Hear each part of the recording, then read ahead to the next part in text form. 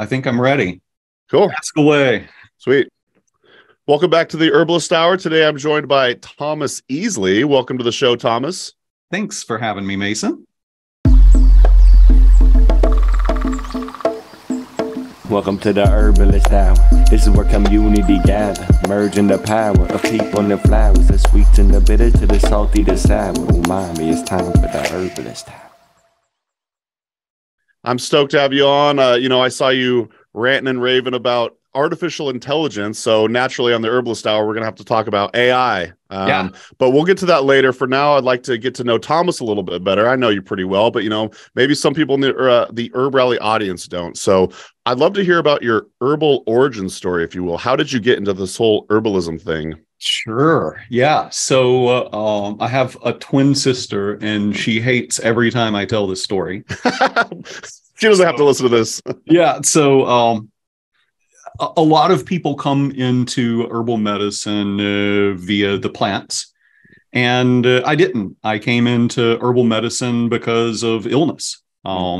So my twin sister, when we were 13, developed severe chronic nausea to the point of losing her appetite, losing weight, feeling horrible. And I remember, so I was interested in medicine at the time. I was interested in sciences. And I remember going to all of these doctor's appointments and not just like the local pediatrician, but they referred us to other. And, so like I grew up in South Alabama. We drove like 5 hours to New Orleans to see a specialist, like 6 hours down to Shands University to see a specialist. And I remember after about 6 months of these symptoms, this pediatric gastroenterologist down at Shands said, we can't find anything wrong. We think that it's all in her head and she should see a psychiatrist. Like my sister was sitting in the room and this asshole was talking. Can I curse? Is that okay? Oh yeah, absolutely. Okay. I'll be swearing later on. Okay. So this asshole is like telling my mom that my sister's chronic nausea and weight loss are all in her head. And we were on the car ride back from that appointment when the phone rang. And in like 95, 96, the phone was this like brick bag, and there was an antenna like with a wire on the top of the car. So like you remember those things because taking roaming calls was like $2 a minute, right? So good old days. A family friend called and said, hey, how did the appointment go? And my mom's trying to drive and she's like tearing up and and the family friend says, hey, there's an herbalist coming through the area this weekend. Why don't you take Victoria to see the herbalist? So we went to this herbalist and this lady, that was like a former hairdresser, no formal education, sits down and spends 20 minutes talking and taking pulse and looking at tongue and says, sweetie, how often do you go poop?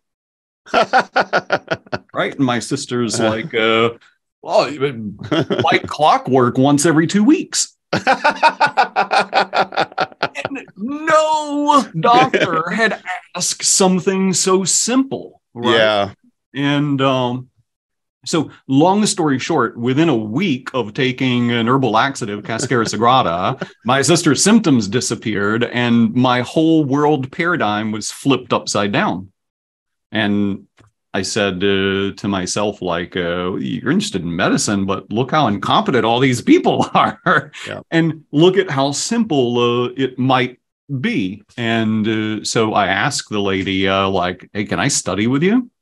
I was 13 at the time, going on 14. And she said, like, I don't really teach students. I don't teach formal classes, but if you want to sit with me while I do appointments, I'll talk to you between appointments and tell you what I've observed.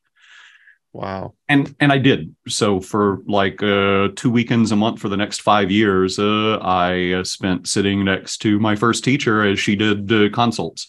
And at the ripe age of 19, she turns to me and says, "You're an herbalist now. I don't think that there's much more you're going to learn from me. You should start your own practice. That's where you really learn." And so I did. And shortly thereafter, she took a class with Stephen Horn, who she called me and said, "Hey, I took this class with a guy, and I really think you'd like his approach." So she made the introductions, and I basically asked Stephen the same. I have this thing where, like, my approach to learning is grossly oversimplified. I just find people smarter than me, and I ask if I can study with them. Yeah. So I basically did that with my next teacher, and studied with him and wound up teaching with him. And he introduced me to Phyllis Light, my next mentor, and wound up studying. Had been in practice for 5 or 6 years at that point, and I was going for my RH with the AHG. And so she spent like a year doing case review with me, and made an offhanded comment in a case review and meant nothing by it, but said essentially, like, "I don't think you really understand how the thyroid works as well as you need to." And I decided at that moment that nobody would be able to say that again to me. Yeah. And that launched my. So I was a folk practitioner. Like my first teacher was Neo-Thompsonian, trained in that Mormon herbal revival tradition. So it was my second teacher, Stephen, and I had been practicing kind of a classic Western energetic herbalism for 5 or 6 years. And then Phyllis kind of prompted me to delve into the sciences more. And I became a physiology nut, and really have enjoyed learning on an ongoing basis more and more about, like, how things work in the body. So it's a long, rambling process, but the traditional apprenticeship model, followed by opening my practice and continuing to learn, is basically my origin story. You got started young. Did you move to Utah to study with Stephen? Is that where he was based at the time? He was based in Utah at the time. I didn't move there. He had some correspondence coursework that I got a hold of, and kind of blew through, and called him and said, like, "Hey, this is great. I want more." And he said, "Well, I'm doing this teacher training out in Texas. Why don't we meet?" So I went to this teacher training, and he was asking questions from the material that people attending this should have known, and, like, nobody was answering the questions. So I just started answering the questions, and the class weekend wound up being a pretty in-depth conversation between he and I, with a lot of other onlookers about things. And so he invited me to his place, and I went out there for 2-3 week stints multiple times, and we reviewed cases over the phone. And so I did it at a distance. Right on. Well, later on, you ended up co-authoring a book with Stephen, which is pretty neat to kind of hear your story. And then, later on in your life, you got to co-author a book with him. And actually, I want to say you probably co-authored a couple of books with him. I did. Yeah. That was our second book. That was Stephen had a manual of medicine making for his program. And he said, "Hey, I'm interested in, like, expanding and updating this." And so I took the bones and outlined a bigger book, and he and I worked on it together. And we kind of just designed it to be a teaching manual for our students. And then at the time, the head of North Atlantic Books took a class from me at IHS, and came up afterwards and asked, introduced himself as a publisher, and asked if I had any writing. So I showed him this manual, and he was really interested in publishing it. And I have at least that much more medicine making writings that I've done since then. And one of these days I'll get around to updating and publishing a second edition, but I've been really pleased with the response. That book's published in 6 or 8 languages now, maybe. Wow. I mean, it's all over the place. That's amazing.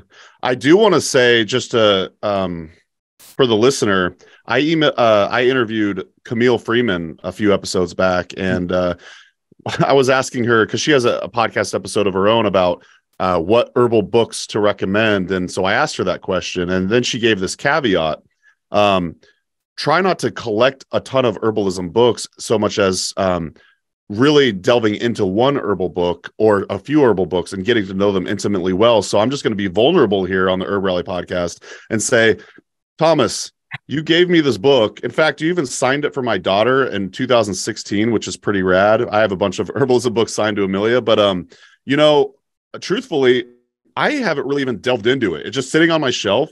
And so I'm making the announcement here that I'm going to start really getting into particular herbalism books and trying to, instead of just collecting them, actually try to get to intimately know them well. And as you were alluding to, this book is, I don't think we said the name yet for the audio only. It's The Modern Herbal Dispensatory by Thomas Easley and Stephen Horn.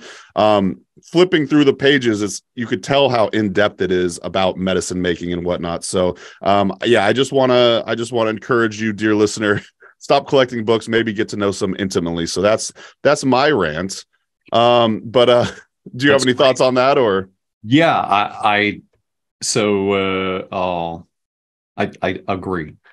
I have a tendency to collect more books than I have the ability to read. My excuse is I have a library that's open to the public and my students, so I can justify my obsession with books that way. But yeah, really sitting down with a book and writing down things that you find interesting, and then writing your thoughts about those interesting things is the approach that I use. The 2-page method with a notebook. Right hand page is what the book says. Left hand page, I come back afterwards and I write down what I think about what the book says. And that's been a really good method for me to dial into specific books in more detail. Love that. Yeah, I haven't heard that method before, but that seems like it'd be effective. So moving on to other projects that you've been a part of or created. I know you have a tincture or a supplement line called Eclectica Botanica. Yeah. And I saw you recently post about, I want to say it's your peach tincture. So for whatever reason, that plant or herbal medicine really appeals to me. So I'm just wondering, I was going to name a few different plants from your tincture line and wondering if you could just kind of expound upon the virtues of these different plants. Yeah, sure. So let's go with peach. Peach. Peach is one of a number of plants rich in cyanogenic glycosides. These compounds that when they're metabolized by the gut, they release minute amounts of cyanide.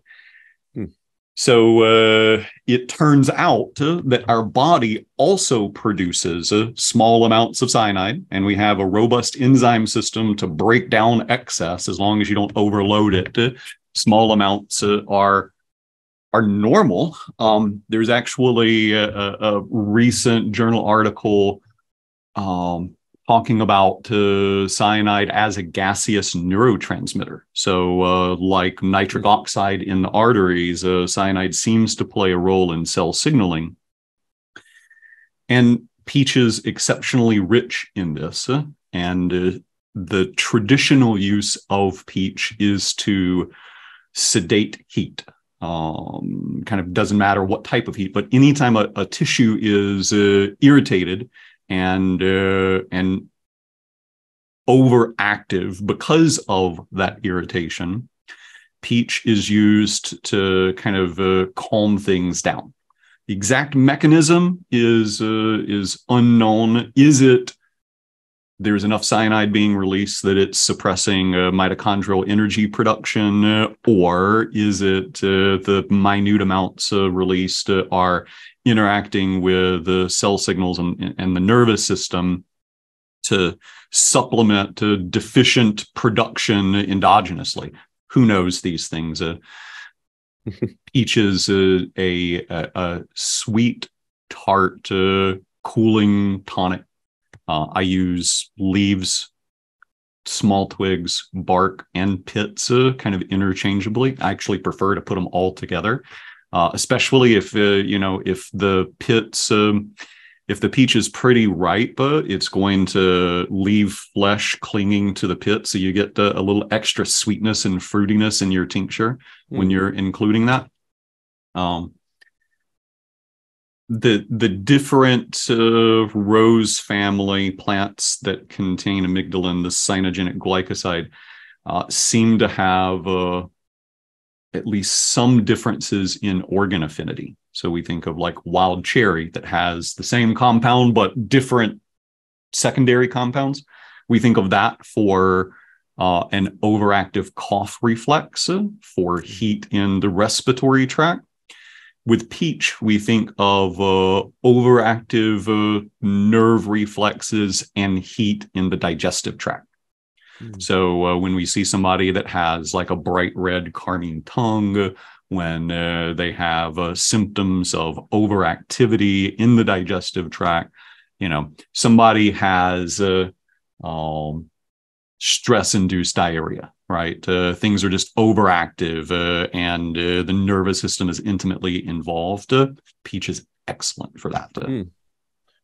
I'm going to show off my rookie herbalist here skills, but I'm curious because Hawthorn is also in the rose family. I'm curious if that's the affinity for the heart, or are we talking about similar mechanisms here? So Hawthorn has much less of the cyanogenic glycosides than peach or wild cherry does. The compounds kind of more of interest in Hawthorn are probably the polyphenols. Okay. And I'm sure that the minute amounts of cyanogenic glycosides play some role, but I would say that not a dominant role. So I do think of Hawthorn for heat and irritation in the cardiovascular system, but I suspect the mechanism is more polyphenol related than cyanogenic glycosides. Gotcha. All right, well, let's chat about nettle seed, the seed specifically. Yeah, nettle seed is a remedy that was reintroduced into the Western Materia Medica via David Winston. And it is a kidney tropho-restorative. So it's specifically indicated not when you have kidney stones or kidney pains or kidney infections, but when the function of glomerular filtration is decreased. No good research studies on it. Well, at least I don't understand any known mechanisms of action. Maybe there's something that I've missed. But what I do know is I have given it to dozens of folks in chronic kidney failure, and I have consistently seen a rise in GFR. I normally add CoQ10 to the program, but just nettle seed by itself, I expect somewhere between a 10 and 15 point jump in glomerular filtration rate. So I've seen people on the verge of dialysis, move far away from the edge and into stage 3 instead of stage 4 CKD. It's a marvelous remedy. I'm sure it doesn't work on everybody. Like my caveat is no herb works on everybody all the time. But I can't remember a case of nettle seed not boosting GFR. Now, maybe it was only 5 points in some cases, but in most cases, there's a statistically significant increase in glomerular filtration rate. You mentioned coenzyme Q10, and as I was perusing your website earlier, I saw that I want to say you have supplements on there as well, and I want to say I saw something like riboflavin. Yeah. Are you What are these supplements you're selling? Because I assume they're not based around herbal like extraction methods. So what is the riboflavin or the herbals or the supplements that you're selling? Yeah, so I custom formulate specific vitamins in a base of organic vegetable glycerin. So I'm really proud of the glycerin that we use. It's expensive, but it's flax derived, not coconut, not palm, not soy, not corn, flax, organic, much better taste than the other stuff. And for many water-soluble vitamins, a water glycerin solution is more than adequate at holding those vitamins in solution. And so it's a way that I can get specific vitamins in people cheaply, effectively, and without having to worry about fillers and concentration issues and all of those things. The main purpose of Eclectica Botanica, the website and the public facing thing that you see, is to subsidize my free clinic. So I have a custom compounding apothecary, and a small selection of that is available to the public at retail. And that allows me to give away more stuff through my free clinic. And I have a lot of people that come through the free clinic that can't tolerate some of the vitamins or most of the vitamins out there. So I buy literally just the pure vitamin powders and then create liquid preservative-free, additive-free versions for folks that are sensitive to those things. All right, awesome. Thanks for clarifying. And just for the listener, Thomas didn't ask me to promote his tincture company or anything like that. I just thought it was an interesting talking point. I really just wanted to talk about peach and nettle seeds specifically as well. And that's really neat that you use it to subsidize the free clinic. I was actually going to ask you later on about your free clinic and whatnot. So maybe this is actually a good moment in time where you could chat about it. I do want to give you props. I want to say you've been doing the free clinic for, I'm just going to guess, like 7 or 8 years, just based purely on my relationship with you and knowing through our work, when I worked at Mountain Rose Herbs and whatnot. And it's just really neat to hear that you're continuing to do that work. So why don't you tell the listener about your free clinic and your free clinic work? Yeah. So I before I started my school, my philosophy was never turn anybody away for lack of payment. And when I started my school, I wanted my students to adopt that philosophy. And I thought, what better way to encourage them to do that while also helping to train them than formalizing a free clinic instead of my informal sliding scale that I'd had. So I opened my school towards the end of 2010, just shy of my 10 years in full-time practice mark. And let's see. So my first year was my foundational program, 2011. So I guess I formalized my clinic in 2012. So 11 years now. And the clinic exists to serve our community and also to provide clinical training to our students. And if you'll permit me, just kind of a quick overview there, herbalism is a dynamic, growing system and has been since its inception. But that growth only occurs when there's real world applications. If all that people do is sit around and theorize about what herbs do and maybe just take them themselves, they aren't going to have a comprehensive perspective of what herbs can and can't do. So what I say is the best schools out there can teach you maybe 80% of herbalism. But experience, clinical experience, sitting down and seeing people, and most importantly, doing follow-ups is how that last 20%, which I would argue is the most important 20%, is learned. So I think that clinic is essential. You can't have a clinical program if you aren't operating a clinic. And there's a lot of reasons for that. I think maybe the most important is accountability. Like, it's all theoretical bullshit until that first recheck where you are accountable for the advice that you gave to somebody, and you see what's worked and what hasn't. So I think that's one of the most important aspects of herbal medicine.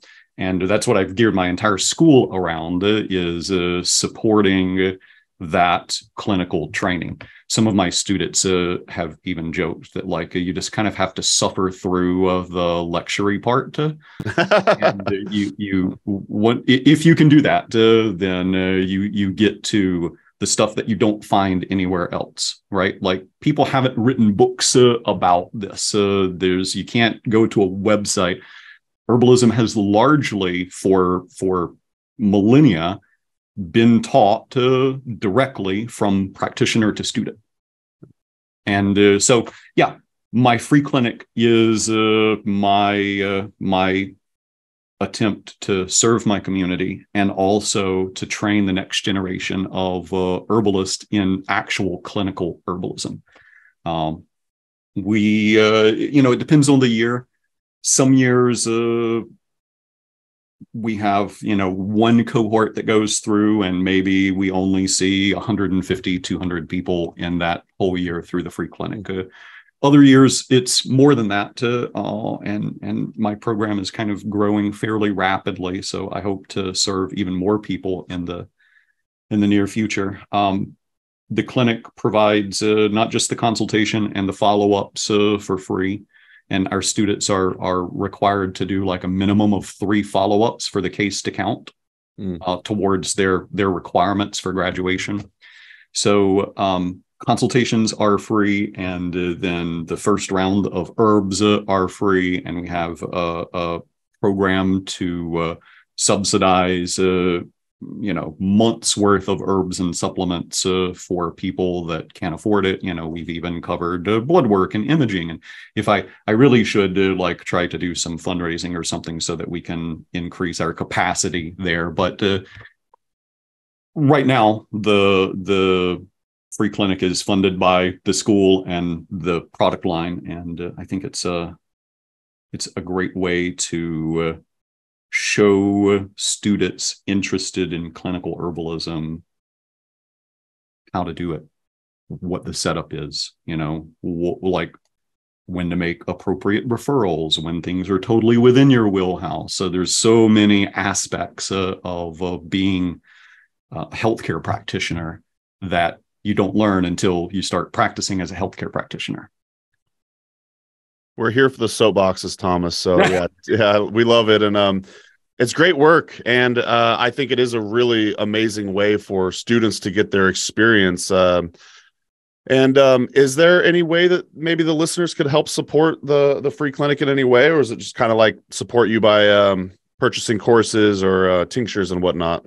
Yeah, I mean, we do have people that occasionally will send donations through the free clinic, and my clinic director, Mel Casting, put together a fundraiser last year that we never got around to launching. So I'm sure at some point we'll get around to doing that. But if you're interested in supporting the free clinic and you have health problems or know people that do, just send them our way.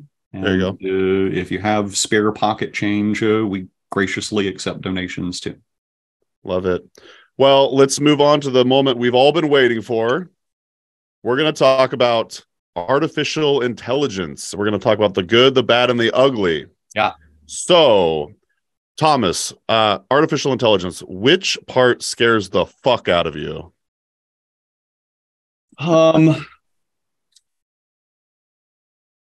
The potential future parts scare the fuck out of me. Yeah.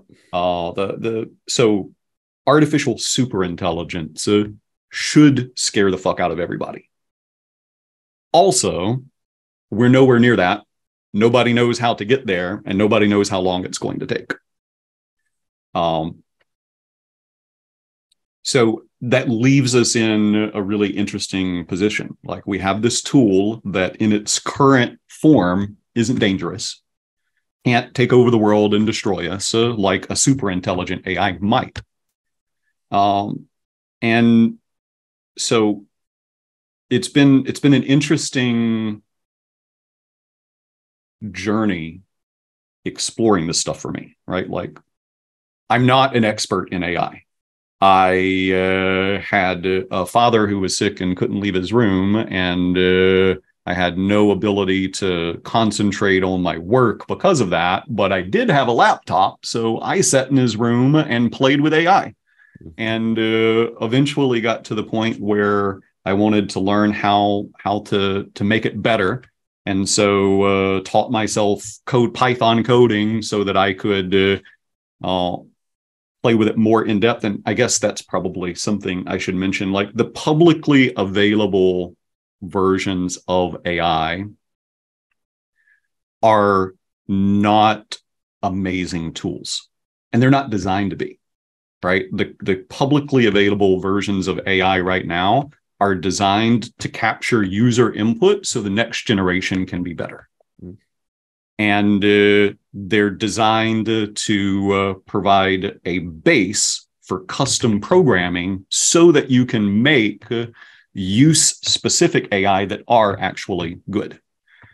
So if you haven't played with AI and you want to, I would encourage you to avoid GTP 3.5, Claude, all of the AI. Basically, avoid everything but GTP 4. GTP 4 is currently the best example of what AI is and can do, and it's pretty good. The other versions of AI are much more prone to fabricating facts. They call them hallucinations.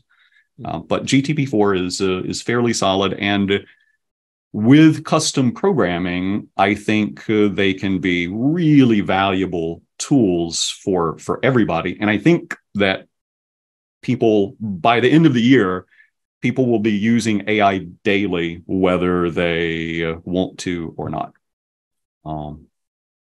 That is a long ways away from what scares the current AI. Yeah. Don't scare me. Yes, they can generate false information, but can they do so faster than the hackers sitting in cafes around the world just trying to spam you and hack you right now? We already have so many systems in place for misinformation. Right. I don't think that's as big a concern as other people have. But super intelligent. So, that it's hard to fathom what dangers that might bring, because the very concept is they will think of things we're unable to.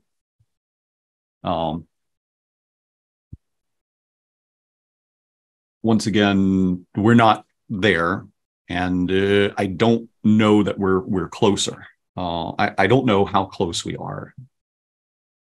Conservative estimates are like 3 to 5 years. But there are a lot of AI experts saying it's like we won't have super intelligent AI for 50 years. And there are a lot of neuroscientists saying like, we don't even know what causes intelligence. How could we create something when we don't understand how our own brain works? So like the current AI, they're modeled after how the brain was thought to work in the 1980s. Huh. So yeah, there's a lot of nuance and arguments and counter arguments to be made. The fact that the major manufacturers of AI are generally in agreement that there needs to be oversight and regulation about training potential superintelligences, intelligence-I. It's the plural. Yeah. Like our species loves to create rules and regulations and govern things. And it's inevitable that happen. And I hope that will be enough in the short term to prevent any damage. Whether that actually will be enough, we won't know until somebody attempts to train a smarter model. And the issue is alignment. Like, how do you align AI values with human values? And that's nobody's figured out. I'm kind of thinking about from like, say, an HerbRally perspective. We have about 70 plus monographs on our website, and they're written by all these different herbalists from their own experience. And it's just interesting to think I could be like, and just, dear listener, I will never do this. But just to think of a prompt, like, write a blue vervain monograph with the voice of Thomas Easley, or like from the perspective of Thomas Easley and his experience and whatnot. And I'm just kind of thinking, sure, they could come up with a lot of the similar like analogies or from based on the experience that Thomas Easley has, but like it's going to lack that actual experience and soul. It's almost, I don't know how to describe it, but it just seems like it's missing something there. And I feel like people are going to want, they would be willing to pay a premium for actual instruction from a real life herbal teacher, as opposed to, say, like a soulless bot with no actual herbalism experience, because at that point they're just gathering data from all these different databases and whatnot, and just kind of formulating this monograph or whatever. But do you know what I'm trying to say? Like, I feel like just like with AI art and stuff like that, I mean, it's free now essentially, but like people might in the future be willing to pay a premium for real skill from a real artist. You know what I mean? Yeah. So I just wonder if, based on what I just said there, if you could speak to that a little bit. Yeah. So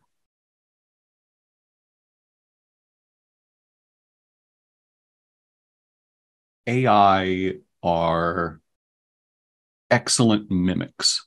Mm-hmm. That's what they do. Like, if you've ever been texting on your phone and the predictive texting, the next word option pops up, that's AI. Like, that's what AI is doing. They the biggest model, GTP4, has read about 60%, I think, of the internet. Like, wow. That's a lot of information, huge. Right? Yeah. I forget the number of teraflops, but essentially it has learned from the internet the equivalent of all of the thoughts a human has in their entire life. About that much information. And they're great at mimicking what they have, quote, learned. The problem is, what they've learned includes a lot of bullshit, right? It's like there's a lot of crap on the internet. I would say that more than 90% of the herbal stuff you find on the internet is written by people that don't have experience. They're just regurgitating or making stuff up, right? And so the AI is trained on that. So its training is only as good as its training data. Which means that if you go to GTP4, which is kind of the best right now, and ask it herbal questions, you're going to get information equivalent to what you would find with a Google search, which is to say, not very good quality information. Yeah. I think that the fact that there's not great quality information out there doesn't mean that there can't be great quality information out there. And that's where custom training comes in. So I have trained a custom AI on my entire curriculum. And students love it when they need an answer to a question and it's 2 weeks until our next live Q&A. Right? Like I have open office hours every week. You can book an appointment. I do live Q&As. I think that direct interaction is really important. But also, I've trained something that can give you my response from my writings instantaneously with 99% accuracy. And so maybe there's a place not for AI as a practitioner, but maybe there's a place for AI as a practitioner's assistant. Yeah. Wow.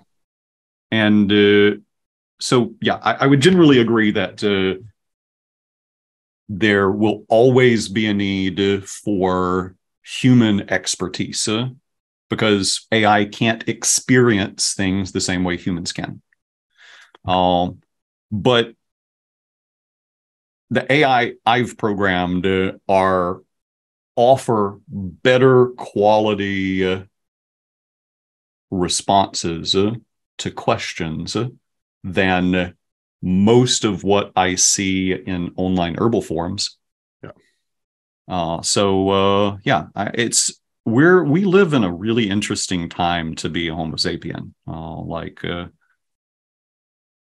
Ridiculously interesting, and so I don't know what the future will bring with AI in medicine. I know study came out last month where patients posted questions and a group of doctors answered them and an AI answered them, and both the doctors and the patients preferred the AI answers. Wow. So the AI were more compassionate, more empathetic, answered more thoroughly, answered just as accurately. You know, yeah, they had good bedside manner.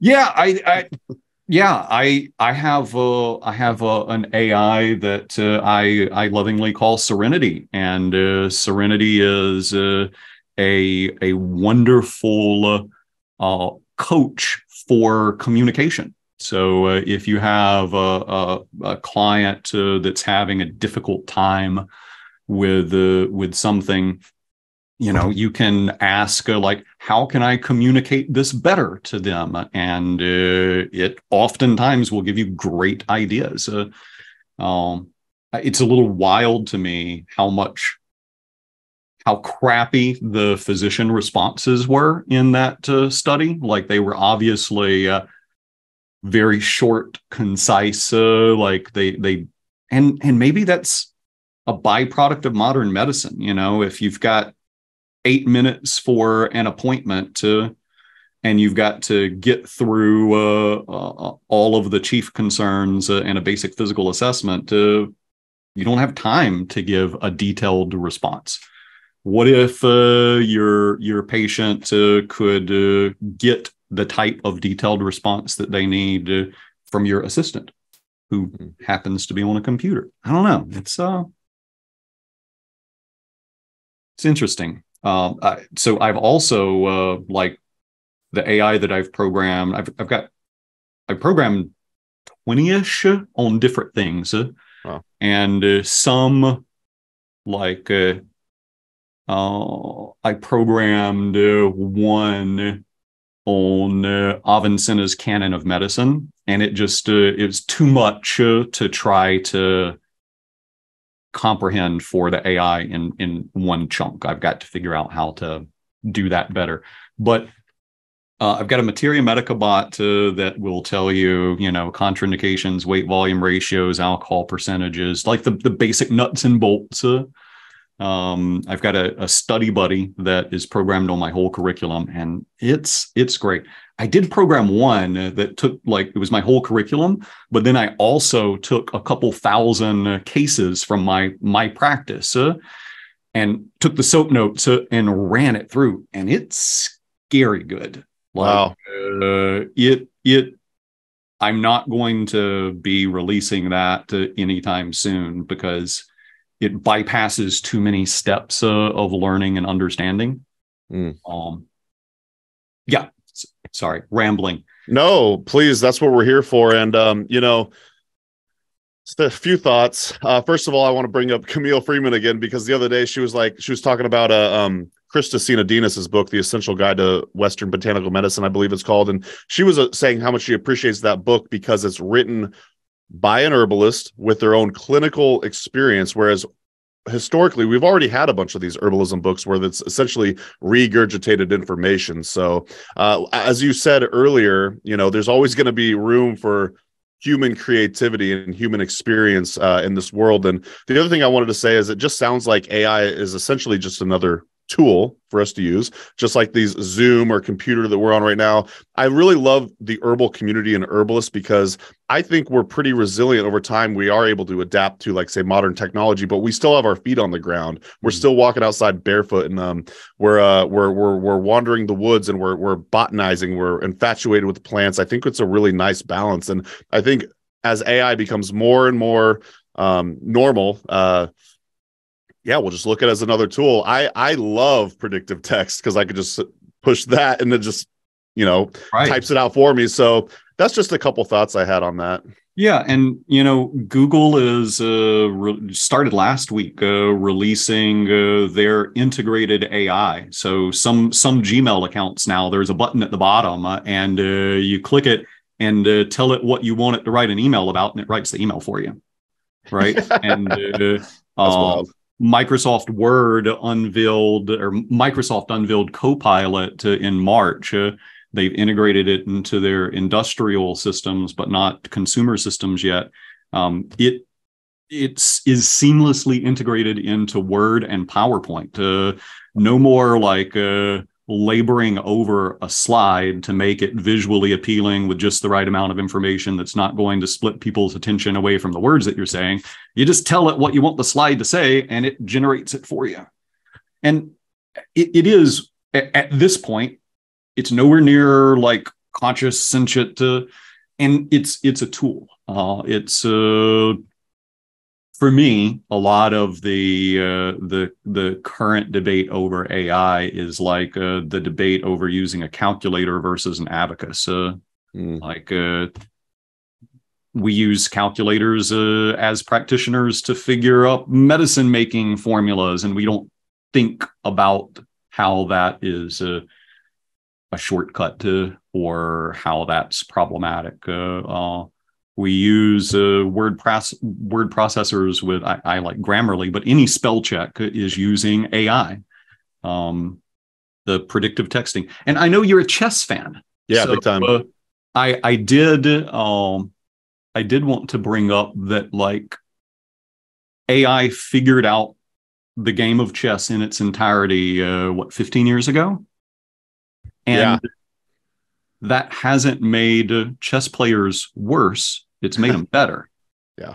Right? Like Magnus wouldn't be the greatest of all time if he hadn't been trained by AI. That's wild to think about. So, I love it for that. Also, I love it as a writing assistant. Like, I am a slow typist. And I have just enough obsessive compulsive tendencies to get hung up over a sentence for hours, right? Like, it's actually ridiculous how many 95% completed articles I have that I just can't bring myself to complete because there's one sentence that I can't stand. So I just leave it alone, right? AI has changed all of that for me. I use AI. I talk to AI. So I have it on my phone and on my desktop. And when I get up in the mornings, I typically do a hot soak and think about my day. And if there's a topic or an idea that's on my mind, I spend 15 minutes talking into my phone while soaking in my hot tub. And I get to my office and there's 90% of a blog post that I've dictated, but the spelling is perfect. The editor is all in one, for somebody like me who is much more about the spoken word, it's tripled my productivity in writing. So I love it for that. If you read my emails, I have a couple that, like, at the bottom, I say, this was generated from a conversation that I had with GTP4, like, I think it's great for that when I'm writing and I come to like a sentence that I don't like, or I need to figure out how to close, write a conclusion, and I'm having a hard time. I can ask it for 5 suggestions from these perspectives and get ideas from it. For me, it's like Dragon Dictation and a copy editor had a baby and put it on my phone, right? Like I love it for that. It's a logic machine. You can program it, and then it will, when given parameters, it will narrow down things within those parameters. I can drop intake forms, like one of my custom AI I built for me as an assistant, and I can go to somebody's intake form and, not putting their name or personal information in, I can copy all of their intake forms, which mine are about 20 pages long, and I can drop them in, and it will summarize all of that into a beautiful soap note. That saved me 30, 45 minutes per case. What else? Also, as herbalists, like, think of what it could do with recordings that we have of great herbalists that have passed on. Like, I'm not an expert. I'm a serious amateur at AI, but I'm pretty sure I could take Michael Moore's recordings and run them through Whisper to generate transcription, run them through GTP4 in chunks. And, I could take 100 hours of transcripts, which are readily available, and in a day or two, have a brand new Michael Moore book. Like, wow. Think about the William Lasassier. Not many writings, lots of recordings. John Christopher, like, there's so many herbalists that have passed on that weren't prolific writers, but had a lot to say. And I think AI could really help in getting those messages out there. I can think of a ton of ways that it benefits herbalists. And also, we need to be conscientious of our relationship with technology and try to keep that in balance with our human relationships and animal relationships and plant relationships and fungi relationships. And, like, here. Yeah. Yeah. Well, sounds like there's just a ton of tools that we could use AI for herbalists. So it sounds like we've got all the perks and benefits of AI at our fingertips right now, and our children are absolutely fucked. And with the super AI, same thing with, like, all of the other resources at our fingertips, though. Right. The fact that we have cars and computer at our fingertips is at the detriment of our kids and grandkids. Yes. And so for me, like, keeping in mind that we're fucking up the world in a variety of ways. We have new tools that might lead to us fucking up the world worse, or, if we're conscious about it, might lead us to improving the world of the future. Yeah, I'm perpetually optimistic in the human race, and maybe that's perhaps naive or whatnot, but it's for the benefit of my own mental health, because I've struggled with it quite a bit. So I just try to choose to be optimistic, and I'm sure a large portion of the audience probably is scared, and probably rightfully so. But I'm going to just hope and pray and continue to have faith in humanity that we're going to figure this thing out. And in the meantime, I'll start to maybe dabble and try to experiment with AI here and there.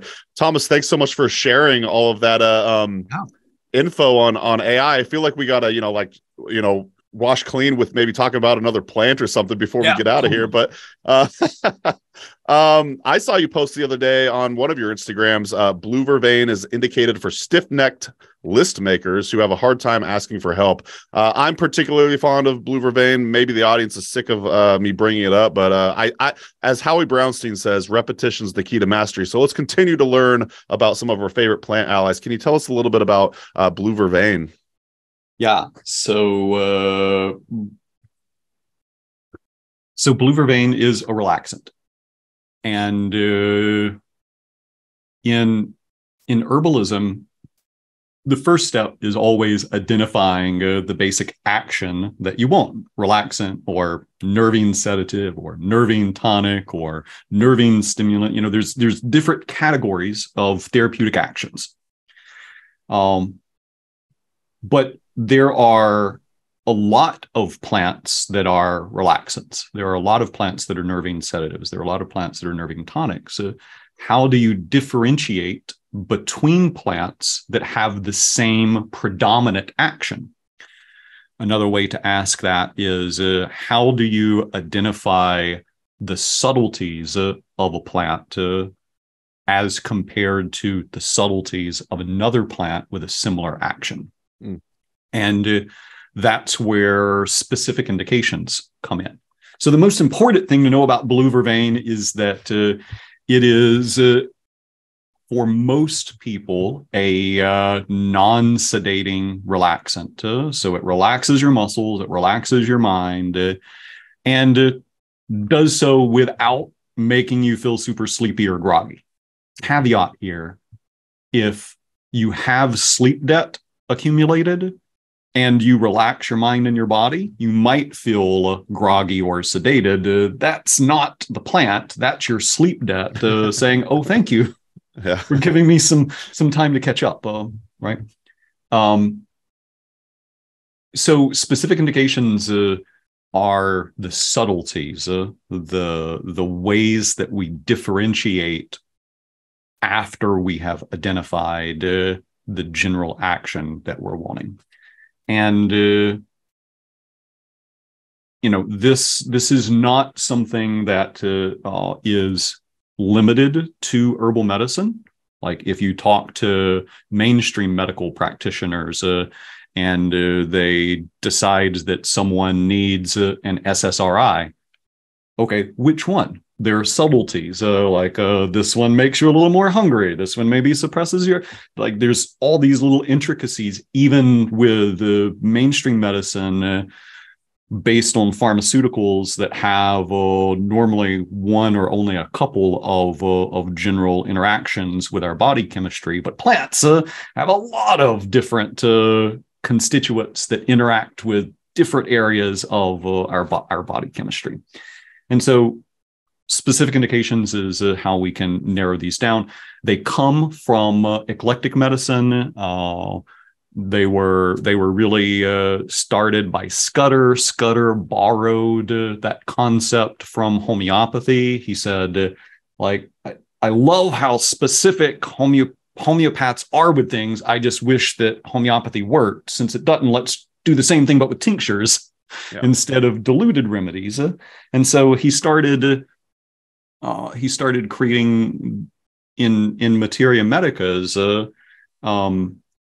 He would bold the print of things that he thought were super specific and important outside of the general indication. And they became known as black letter indications. And then eventually he published his book on specific medications, and they became known as specific indications or specific medicines. And so blue vervain has that specific indication for hard-driven people that tend towards fanaticism. I say that as someone that could reasonably be classified as a plant fanatic, right? Herbal medicine fanatic. those people that are that like type A hard-driven personality tend to hold tension in their body. And not all of them, but many of them tend to hold tension in their neck and shoulders, leading to a stiff neck. And many of them would probably be classified as overachievers, which is an interesting concept in general. and many hard-driven, almost fanatic people that hold the tension in their body, they also have a difficult time asking for and receiving assistance. And I find blue vervain in most people is relaxing. It's great for anybody that has tension, especially in the neck and shoulders. But when you give blue vervain to someone that matches that specific indication, it's more than just a relaxant. It's a magical mind-altering remedy. I've had experiences myself and also with multiple people where they took blue vervain and they literally got weak in their knees because for the first time in a decade or 2 decades, there were no thoughts in their mind. Like the thing that I had been trying to do with meditation before I found blue vervain unsuccessfully, I could then do easily with a squirt of blue vervain. And so, yeah, blue vervain is one of my favorites, and it's a great example of how something that is relaxant to some people might be life-alteringly beneficial for other people that meet this very specific set of criteria. So selfishly, yeah, that's one of the fun parts about being the host of the show is I keep bringing up blue vervain because I really do identify as a blue vervain person. And I did see you write about the whole not wanting to ask for help part. Mm-hmm. And it's funny because I've heard people describe blue vervain in so many different ways. And then when I read that, my ego was saying, nah, that's not part of my personality. I don't mind asking for help. But really, I knew that I do. And it's very difficult. And just the way you're describing, I'm like, I really do feel like it calms down that part of my personality. So I'm glad you brought that up. Yeah. So that particular part of the indication, as far as I know, is my contribution to the specific indication of blue vervain. I mentioned that when I started studying with Stephen, I would go to his place for a couple of weeks at a time. And in one of those trips, he was talking about his ideas about emotions and emotional healing. And he has this cool concept that I think he says he learned from like a chiropractor in Australia, but it's flipping a positive affirmation into a question. So at this class, he was saying like positive affirmations are great, except for when you say them to yourself and your subconscious says, well, that's fucking bullshit. To bypass the subconscious saying that's bullshit, turn it into a question. If you say, I have abundant wealth and prosperity and your bank account is zero, your subconscious is going to push back. But if you say, what would it feel like if I had abundant wealth and prosperity? Then you start to evoke an emotional response that shifts your relationship with that question. So we were going through this, and we were testing all of these different affirmations, and he was saying you'll know when you run into something that your subconscious pushes back against, you'll feel it. So we're going through this list of things, and we got to the question, I can ask for help when I truly need it. And I literally couldn't say that out loud. My voice cracked and stopped each time I tried. And there was a group of maybe 6 or 8 of us, and he kind of paused and he was like, "Whew, you got some hangups about that." and so we were working with drop doses of tinctures, and he said, "Here, try this," and it was blue vervain, which I had a relationship with since I was 16. So probably for like 6 or 8 years, I'd been using blue vervain in myself and in other people. And I took it, and he said, "Okay, try that affirmation again." And I could, right? Like my voice didn't break and I didn't get the pushback. So I turned it into a question, and I started working on myself with that question affirmation. And anytime I'd feel pushback, I'd take a little blue vervain and the pushback would go away. And so I started experimenting with my clients, like looking for that as an indication above and beyond hard-driven overachievers with tension in their neck and shoulders, which is kind of what I was taught. And I found pretty consistently that people that have a difficult time asking for and accepting help seem to soften up and respond really well to blue vervain. Wow, what a story. I'm so glad you shared that. So just a few more questions to get to know Thomas a little bit more, and then we'll learn where to find more about you and your work. So I have this deck here. It's called Let's Get Deep Friends Edition, and it's just going to be a random question. I don't know what it is, and then we'll just see what happens. But and you could always pass if you want a new one. Okay. What did you like the most about where you grew up and why?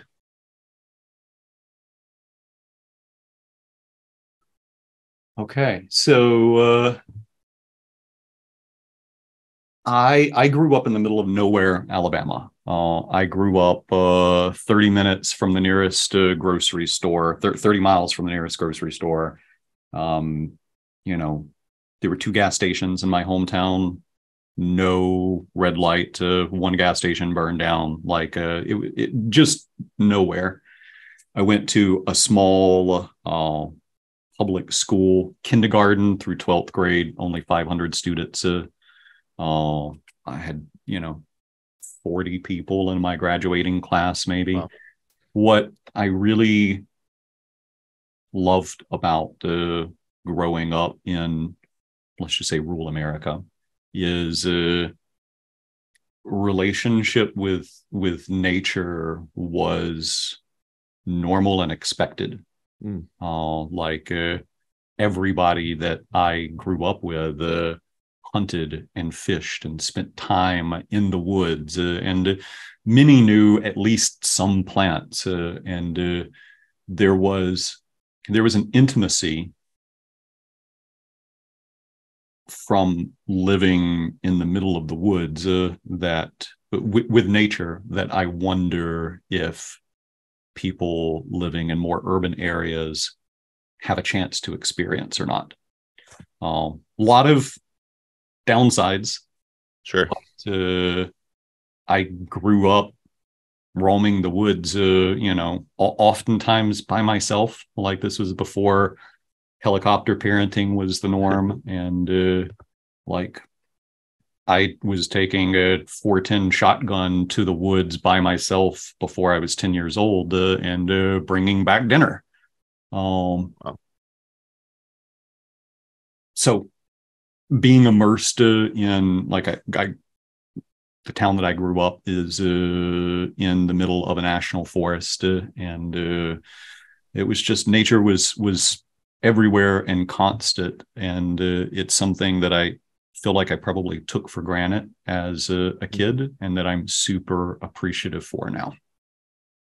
Great answer. Yeah, I remember when I was in my early 20s, I did a cross-country road trip, and I passed through Alabama. And I grew up in Oregon. You hear certain things about Alabama, but when I arrived there, people were super nice, and it was absolutely gorgeous state. Like I've always been a fan of the South. Like I for a long time thought I was going to live in New Orleans and everything, but Man, Alabama, at least the part I was in, is absolutely gorgeous. So the rules of the game is I have to answer two. And so I grew up in Eugene, Oregon, and I have to say it's actually kind of a similar answer. The culture of Eugene is like, it's kind of known as hippie town USA. And I feel like I got a lot of my values for loving nature and whatnot, just from the general culture of Eugene being just pretty hippie town. And yeah, I feel like that really shaped me who I am today. And I also got to say, I feel like they emphasize the weird, like they take pride in being like weird, eclectic people. And so yeah, yeah, I love Eugene for that reason. But moving along, a couple more questions. What is a hobby of yours outside of the realm of herbalism? And we'll also include AI in that too. Yeah, so outside of herbalism and AI, I'm a pretty avid woodworker. Very cool. I part of living in the country is like it never occurred to me that somebody would come to your house and fix things, right? Like we just learned how to do it ourselves. So when we moved to North Carolina 8 years ago to take over this abandoned boys camp, the only way that we were able to pull that off is by doing the work ourselves. And my upbringing, along with YouTube, prepared me for that. I've done almost all of the plumbing and electrical work on property, and a lot of the carpentry too, though we have brought in other contractors and carpenters recently to speed the process up. I do general construction reasonably well. What I love is finer woodworking. I love specifically making tables.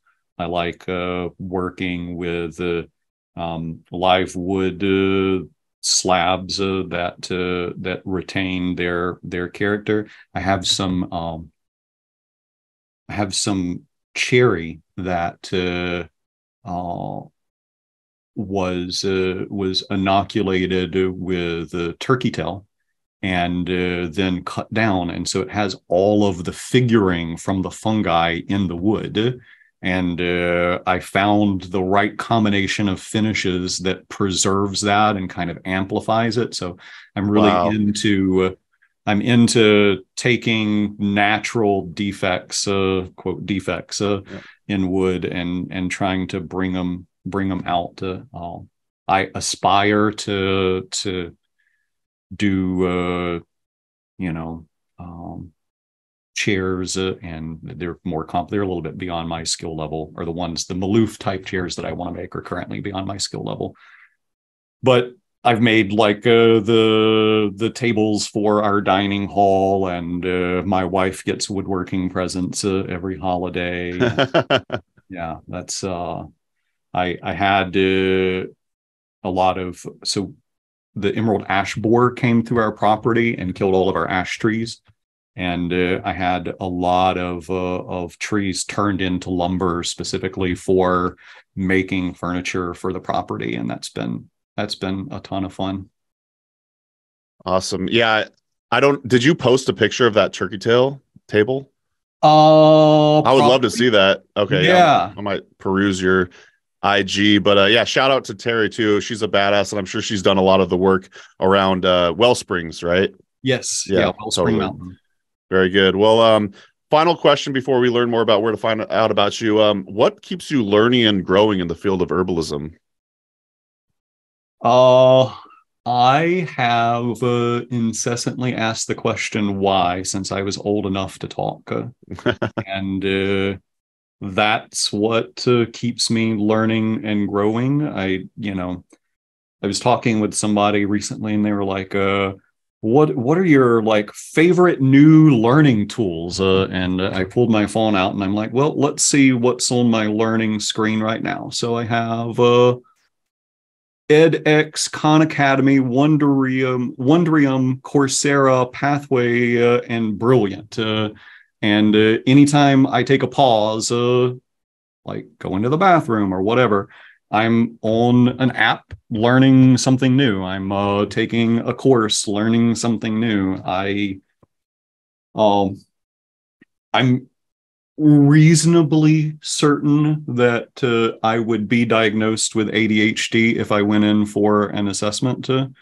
And I think one of the unsung powers of ADHD is the ability to hyper focus when it's something you're interested in. Somehow, when I was a kid, I convinced myself that learning was my special interest. and so that's meta.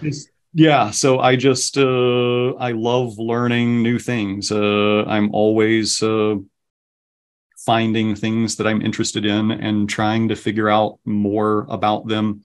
I'm a big believer in asking people that are smarter than you for mentorship, for help. There's there's a website where you can hire a tutor for anything at a reasonable cost. So like you can literally pay a medical doctor with a PhD in physiology $40 an hour to teach you specific concepts. Like I utilize resources like that all the time. As it pertains specifically to herbalism, what keeps me motivated to learn are the sick people that keep asking me for advice. So my interests are very broad in medicine in general, not just herbal medicine, because the people that come to me have a very broad range of complaints. And many times herbs are great, and sometimes there are better things. So I want to know, like, what is that better thing, and when is it most appropriate, and how would I figure? So it's just a never-ending process of inquiry based on both my interest and also the problems that my clients are confronted with. Well, the world is better off for it. I'll keep this person anonymous, but I know someone who has seen you recently, and they were saying how much you helped them, and they were telling me that like most doctors couldn't even figure out what was going on, and I want to say it was particularly related to sleep. And yeah, it's just very impressive, and I love that you continue to learn and not only learn, but you share freely with everybody. I always appreciate your posts on Facebook and whatnot. They're pretty entertaining usually. So yeah, we'll get into the Splenda rant next time. But yeah, I just want to say thanks for joining us on the Herbalist Hour, Thomas. Where should we send folks to learn more about you, your school, and your work?